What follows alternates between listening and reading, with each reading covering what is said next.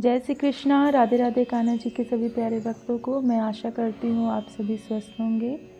आप सभी को कार्तिक मास की हार्दिक शुभकामनाएं। आज के वीडियो में हम चर्चा करेंगे कार्तिक मास की कथा का 5वां अध्याय। तो चलिए बिल्कुल भी देर न करते हुए आरंभ करते हैं अपनी कथा का। राजा पृथु ने कहा, हे मुनि जी, आपने कार्तिक मास में स्नान का फल कहा, अब अन्य मासों में विधिवत स्नान करने की विधि, नियम और उद्यापन की विधि मुझे बतलाइए। देवर्षि नारद बोले, हे राजन, आप भगवान विष्णु के अंश से उत्पन्न हैं, अतः यह बात आपको मालूम ही है, फिर भी मैं आपको यथोचित विधान बतलाता हूँ, ध्यान से सुनिए। अश्विन मास के शुक्ल पक्ष की एकादशी से कार्तिक के व्रत करने चाहिए। सुबह ब्रह्म मुहूर्त में उठकर जल का पात्र लेकर गांव से बाहर पूर्व या उत्तर दिशा में जाएं। दिन में अथवा शाम को कान पर जनेऊ चढ़ाकर पृथ्वी पर घास बिछा के सिर को कपड़े से ढककर मुंह को बलपूर्वक भली भांति बंद करके थूक व सांस को रोककर मल व मूत्र का त्याग करने के पश्चात मिट्टी व जल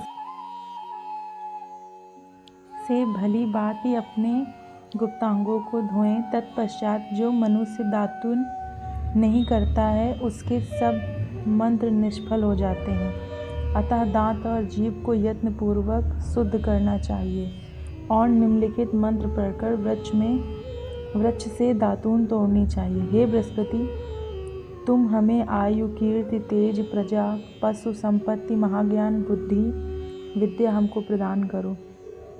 यह मंत्र पढ़कर दूध वाले वृक्ष पर से 11 अंगुल की दातून तोड़कर करें।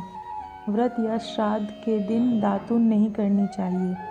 प्रतिपदा, अमावस्या, नवमी, छठी, रविवार को चंद्र तथा सूर्य ग्रहण में दातून करनी चाहिए। कटीले पेड़ों, कपास, पीपल, बरगद और निर्गंध, इन पेड़ों की दातून करनी चाहिए। पश्चात भली भांति स्नान करके फूल, माला, चंदन और पान इत्यादि पूजन की सामग्री लेकर प्रसन्न मन व भक्तिपूर्वक भगवान विष्णु, भगवान शंकर के मंदिर में जाना चाहिए। वह सभी देवी देवताओं का अर्ध आचमनीय आदि वस्तुओं से अलग अलग पूजन करना चाहिए। प्रार्थना एवं प्रणाम करना चाहिए। फिर भक्तों के स्वर में स्वर मिलाकर श्रीहरि का कीर्तन करना चाहिए। मंदिर में जो गायक भगवान श्रीहरि का कीर्तन करने आए हों, माला, चंदन आदि से उनका पूजन करना चाहिए, क्योंकि वे देव स्थानों में कीर्तन करने वाले भी साक्षात भगवान विष्णु की ही मूर्ति होते हैं। यह लोग सतयुग में विष्णु जी को अपनी तपस्या, योग और दान द्वारा भगवान को प्रसन्न करते थे, मगर कलयुग भगवत गुणवान ही भगवान श्री हरि को प्रसन्न करने का प्रधान साधन माना गया है। नारद जी बोले, हे राजा पृथु, हे राजन, मन में एक बार भगवान से पूछो, हे प्रभु, आप अधिकतर कहाँ रहते हैं? यह सुनकर भगवान ने कहा, हे नारद, मैंने बैकुंठ अथवा योगियों के हृदय में भी नहीं रहता, अपितु जहाँ मेरे भक्त मेरा कीर्तन करते हैं वहाँ मैं अवश्य रहता हूँ।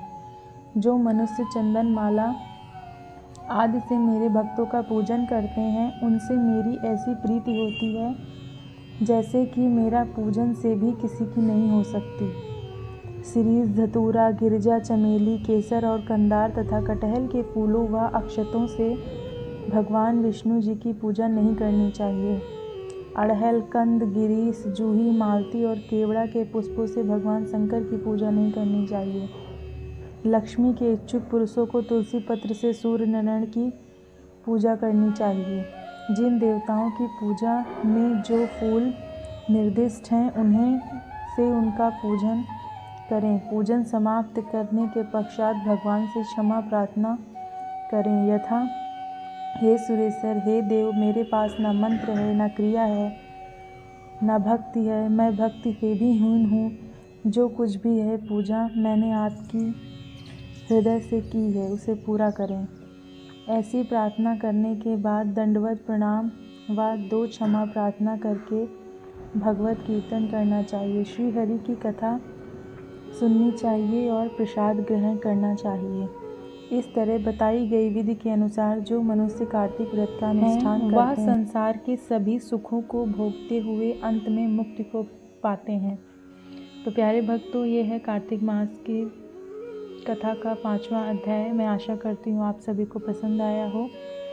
भगवान से मैं यही प्रार्थना करती हूँ आप सभी को भगवान की कृपा प्राप्त हो, और ऐसी ही कथाओं का आनंद लेने के लिए हमारे चैनल लाडला कन्हैया को लाइक, शेयर और सब्सक्राइब करिए। राधे राधे, जय श्री